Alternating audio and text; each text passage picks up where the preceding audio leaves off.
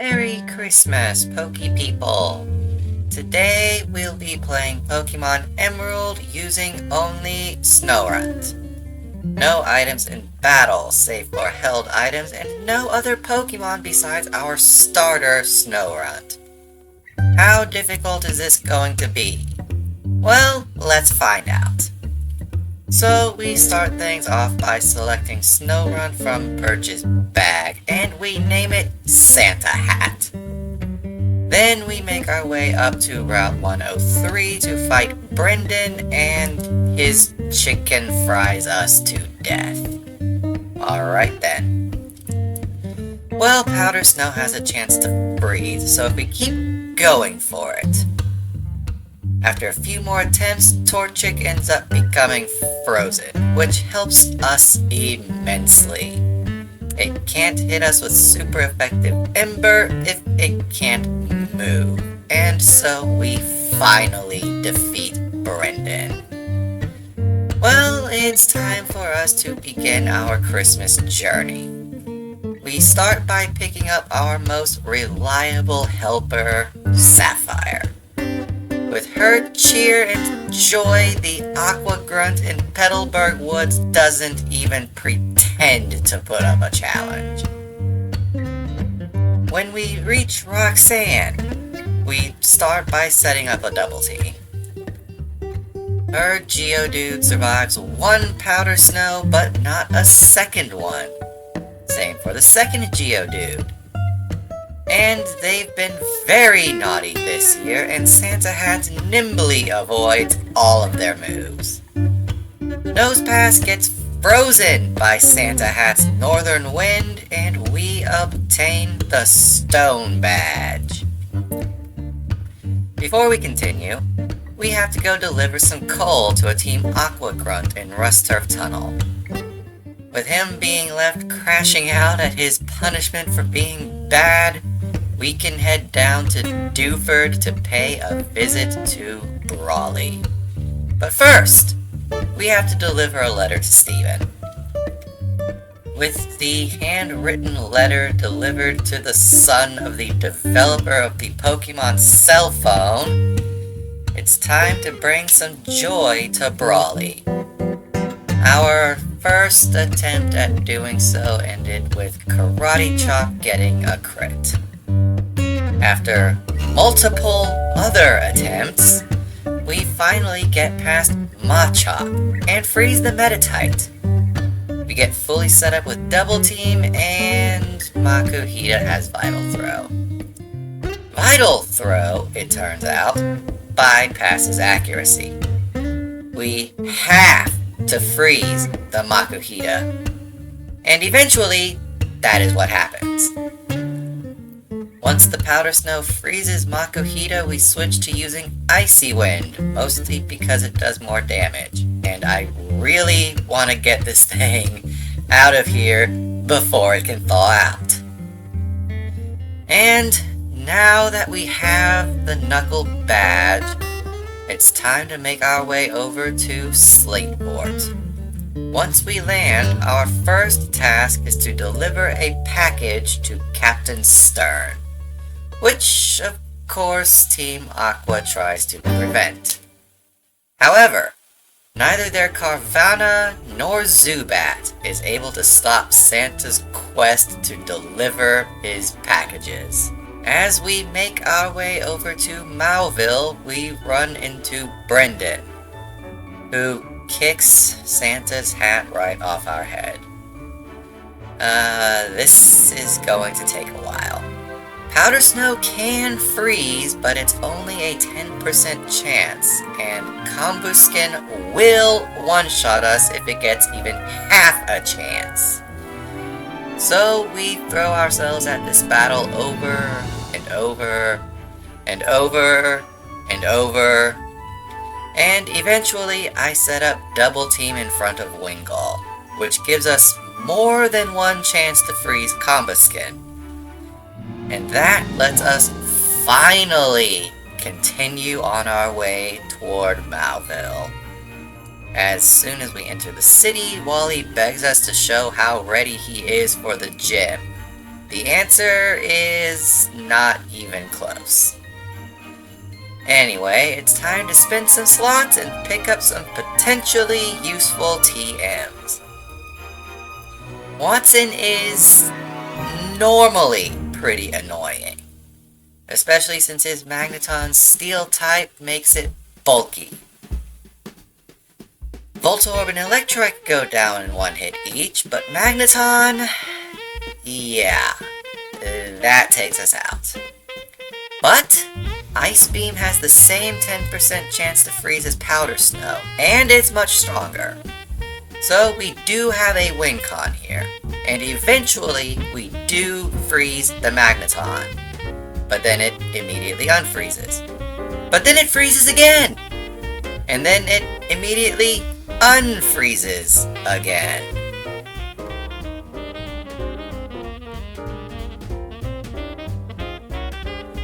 What are the odds of that?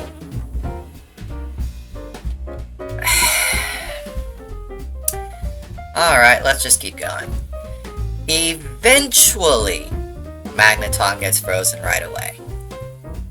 And that allows us to get through it without taking damage or being paralyzed. I'm pretty confident we can get through Manectric, especially since it also got frozen. I will not complain about that, and now we have the Dynamo Badge. And having completed that means it is now time to make our way up and over to Meteor Falls, where we find Team Magma being naughty. Bad form to harass a really smart guy over a rock, guys. The only rock you'll be receiving this year is coal. They run off, but we chase after them up the volcano and Maxie challenges us to a battle. Myena ends up getting frozen by Santa's hat before it goes down. And Camerupt went for focus energy instead of attacking, which left Zubat out in the cold. So, onward to Lava Ridge to pay a visit to Flannery, and her Camerupt is a problem. Thing is, we can pretty reliably one-shot Numel and Slugma as long as we don't get the lowest of low rolls, but we only do about half to Camerupt, and it one-shots us with Overheat. So we need either a crit or a freeze. Thing here is, it has magma armor, meaning it cannot be frozen, which means we have to hit it with a crit. Or somehow set up double team on one of the other two she's been sending out and hope it misses its overheat. It takes quite a few attempts, but eventually we manage to set up a few double teams on Numel, and Camerupt misses overheat. This time around, she sent out Camerupt before Slugma, and that takes a couple hits to defeat. But now, Torkoal. Torkoal, not surprisingly at all, takes very little damage from Ice Beam. But perhaps we can drop its Spadef using Crunch? We don't. But it is taking more from Crunch than Ice Beam, and the second Crunch crits, so we have the Heat Badge. That means it's time to deliver some Christmas cheer to dear old Dad. Spinda didn't stand a candle's chance in a blizzard against Santa Hat's Ice Beam. Papa went straight for the big guns following that. Slate King took quite a few turns to take down, but did provide ample opportunity to set up multiple double teams for the rest of his team. Vigoroth tries to bypass our evasiveness with Feint Attack, but our little Cap is too strong for that, which just leaves Linoon. Linoon misses Slash, then Facade, then falls.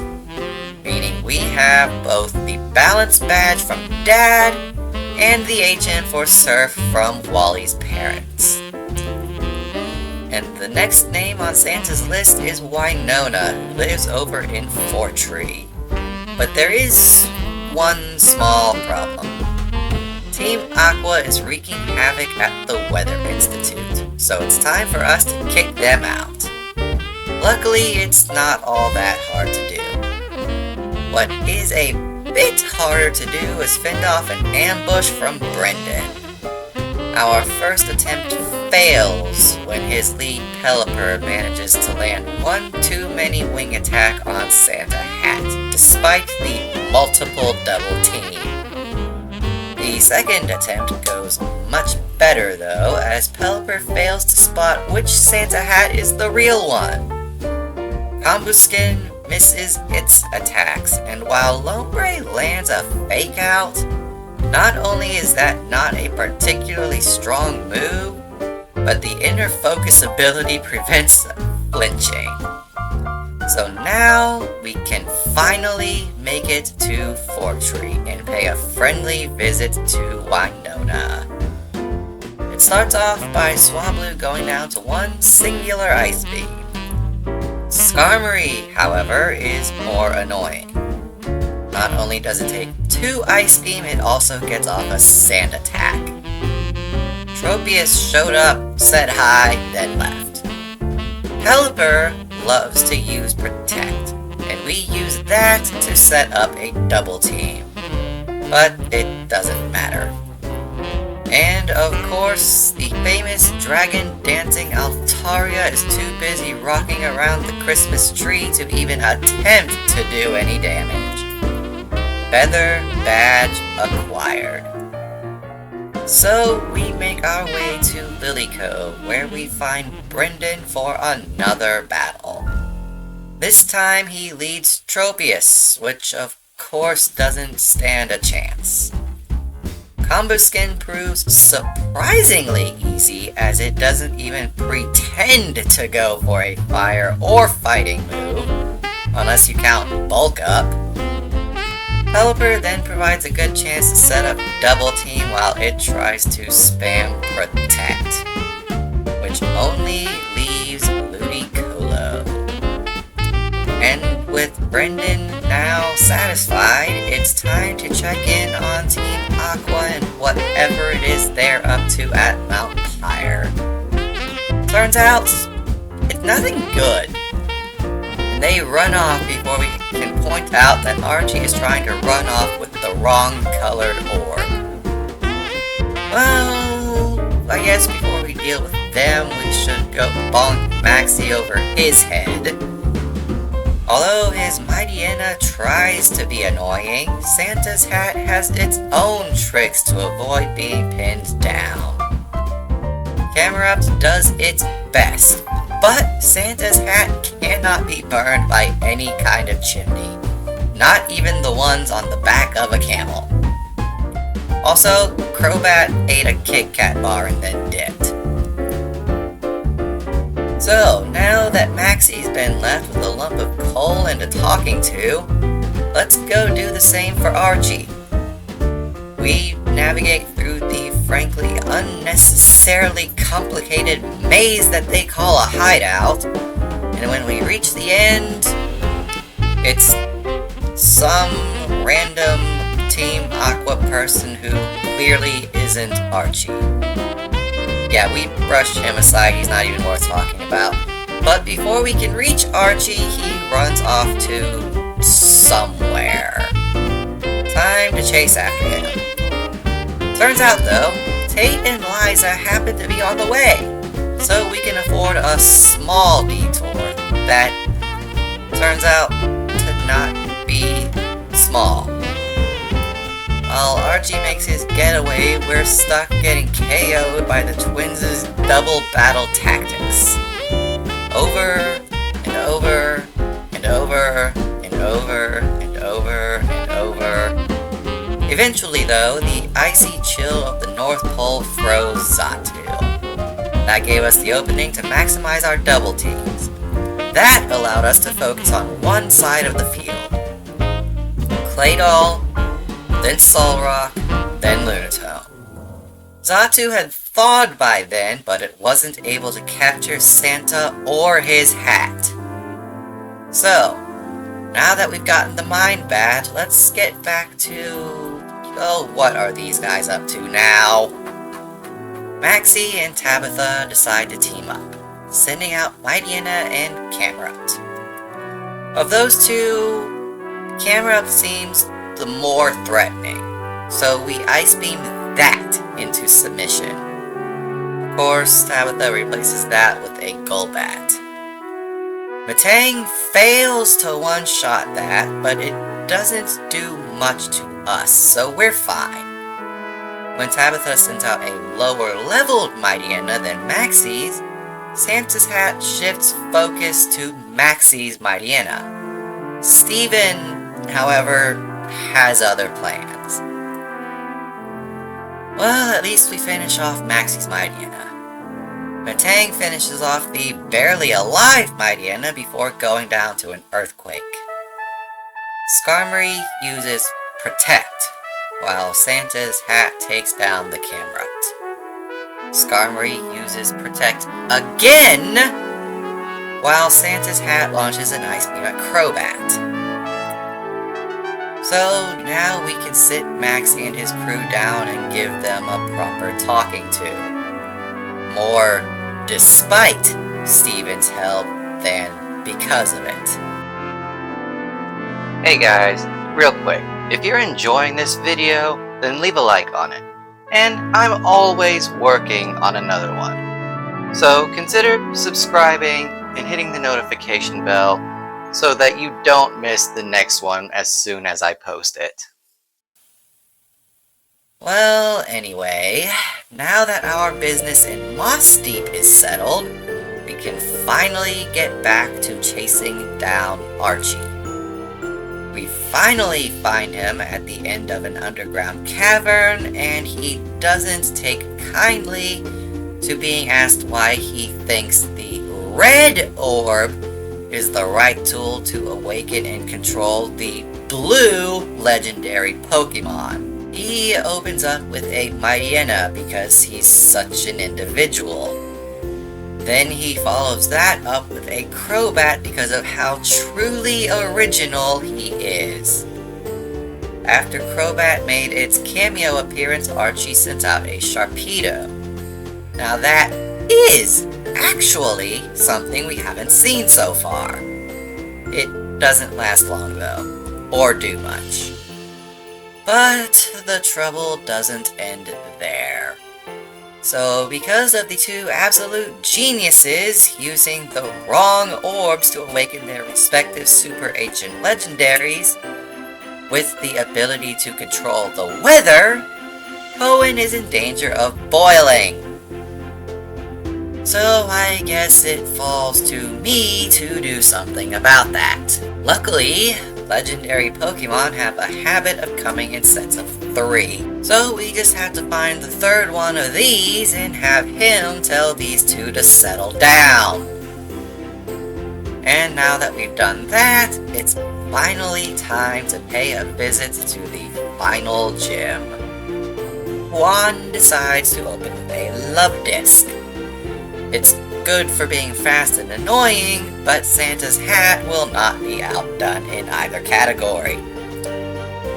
Whiscash actually comes pretty close to folding Santa's hat, but close doesn't quite cut it. Celio shows up, eats a Kit Kat bar, says hey, then leaves. Oh, but speaking of cutting things, here comes Crawdaunt. Luckily, Crabhammer is only 90% accurate. And if it's not 100% accurate, it's... Kingdra is usually pretty annoying, but not just because of Resto Chesto, but also because of Double Team. Something Santa's hat is quite familiar with. Luckily, it doesn't use Double Team. Weird. Anyway, Rain Badge acquired, onward to Evergrande. As we enter the Victory Road, we run into Wally. As we've established, Altaria is quad weak to ice.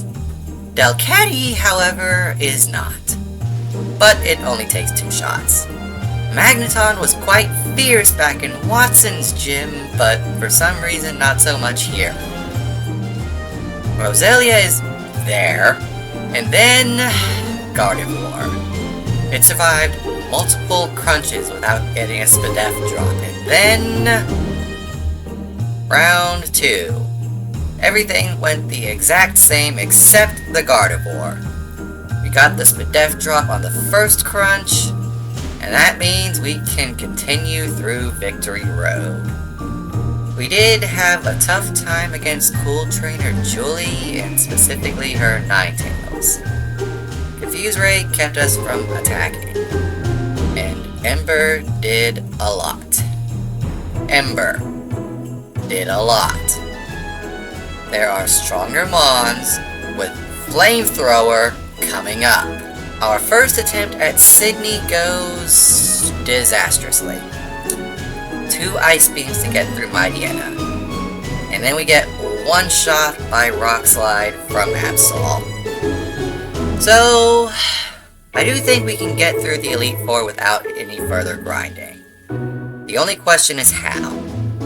We don't have much in the way of PP restoration, and Ice Beam only has 10. That won't even get through Sydney if the 2-shot ends up being normal.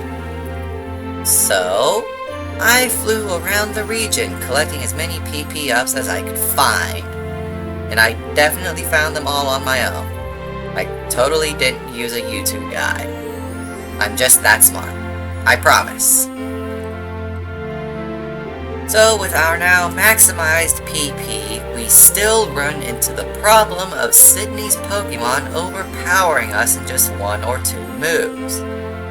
However, I do still think this is winnable.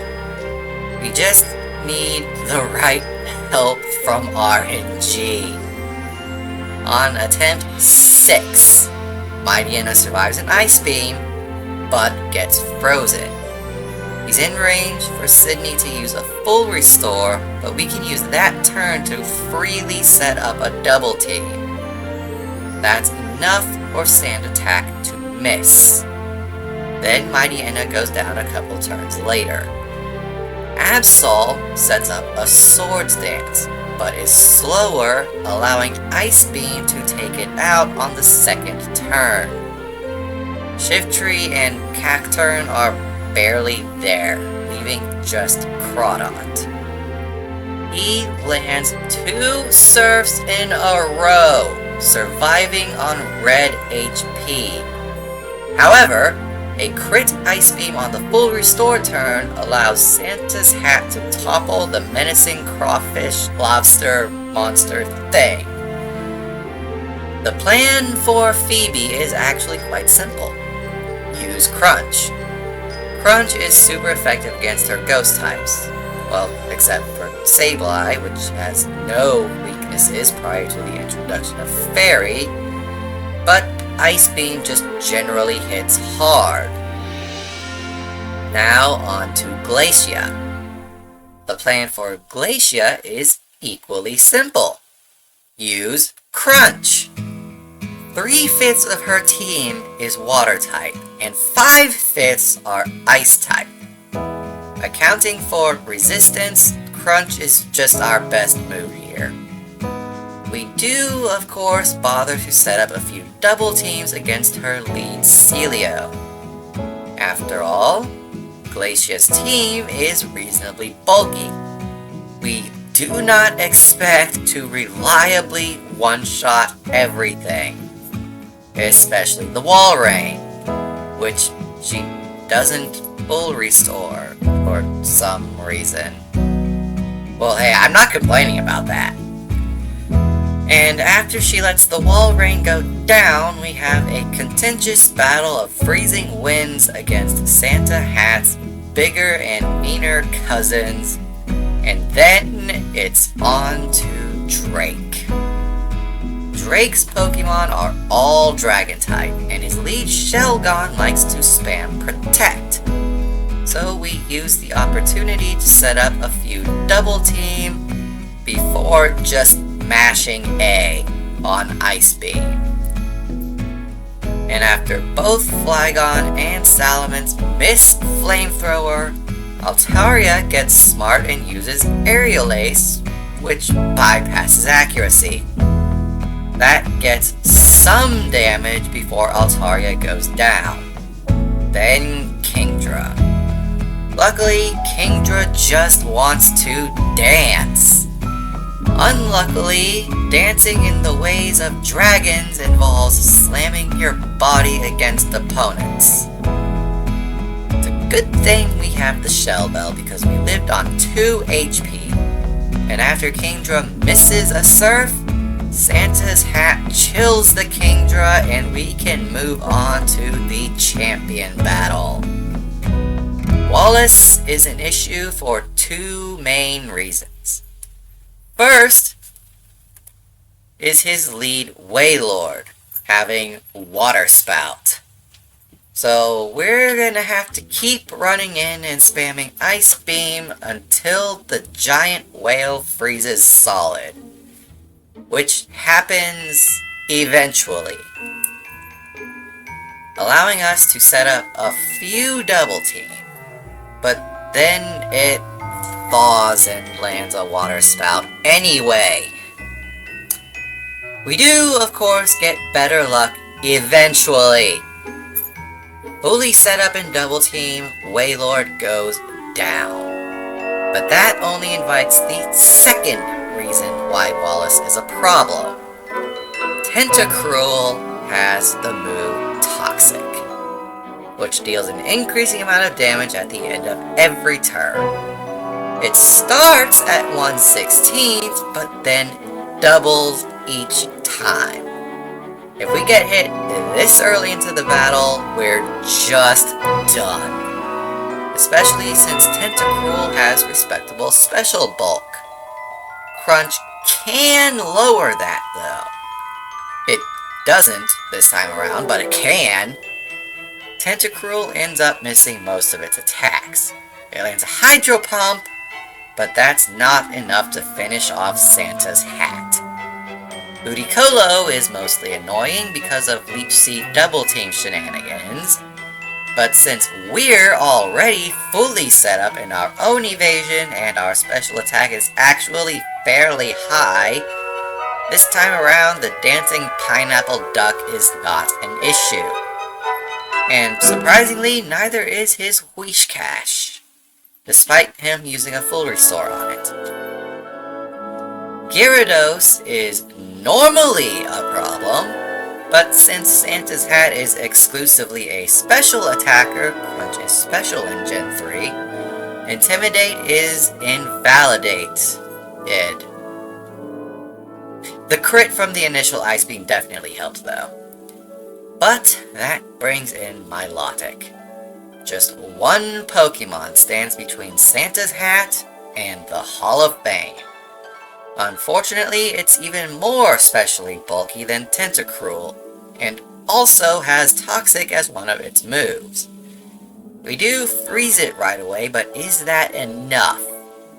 Crunch, as we mentioned, can lower special defense, but it's far from being a guarantee. And although our evasion is as high as it can possibly be, the chances of Toxic landing are not exactly 0. There is still every chance we can lose. Milotic defrosts, and Toxic lands. Crunch gets the special defense drop, but is it too late? Milotic lands a Surf and drops our HP to red. One way or another, this is the final turn. Santa's hat crunches down one last time, and Milotic is defeated! Pokemon League conquered. And now, we are in the Hall of Fame. But, we're not done yet. Oh no, not by the longest of long shots. For there is one more challenge that awaits us in Emerald. The real champion, the secret champion, The one who's been hiding in plain sight all along. Stephen Stone. But we can't go straight to him, no. There is one thing we yet need to be prepared. Having unlocked access to the SS title, we now have access to one guaranteed spawn of leftovers. A significant upgrade from the shell bell we've been using. So now, it's time to finally trek through Meteor Falls and find Stephen Stone for our final battle. And we immediately run into a problem. Skarmory. It outspeeds us, and Steelwing one-shots us. We could keep ramming our head into this steel wall until he misses Steelwing and we get a freeze in the same turn, but I'd rather level up until we outspeed. Or Steelwing doesn't one-shot. Whichever happens first. I'm fine either way. Turns out, that would be outspeed, which is level 72. But once we outspeed, we can begin fishing for a freeze. And once we have the tin turkey frozen, it's time to begin double teaming it. That brings in Claydol, who manages to set up screens before going down. Kind of annoying, but ultimately fine. Cradley, though, can be a problem. It hits surprisingly hard, and has ancient power. Even if we can take the rock move if it gets the Omni boost and it's frozen. Okay then. Well, what about Armaldo? Shell armor.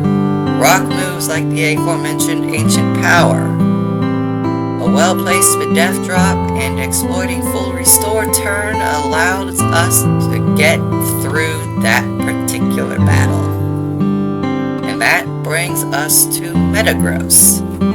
Luckily, his best move against us is already less than 100% accurate, and with max evasion, we should be able to avoid it. Fortunately for us, he keeps going for the already inaccurate move, and that allows us to scrape by, bringing us against Aggron. We're out of Crunch now. He goes for Solar Beam, which misses. So 2 of our remaining 5 Ice Beam land for free. He lands an Earthquake, but it's not enough. 1 more Ice Beam is able to finish the job. And with that, Santa's hat has finished its rounds of hoeing, all by itself with no use of items in battle. Enjoy your Christmas, Pokey people, and share this video with your friends if it made you smile and enjoy your day with your family. Until next time, I'm Ichigo90, and I am blasting off again.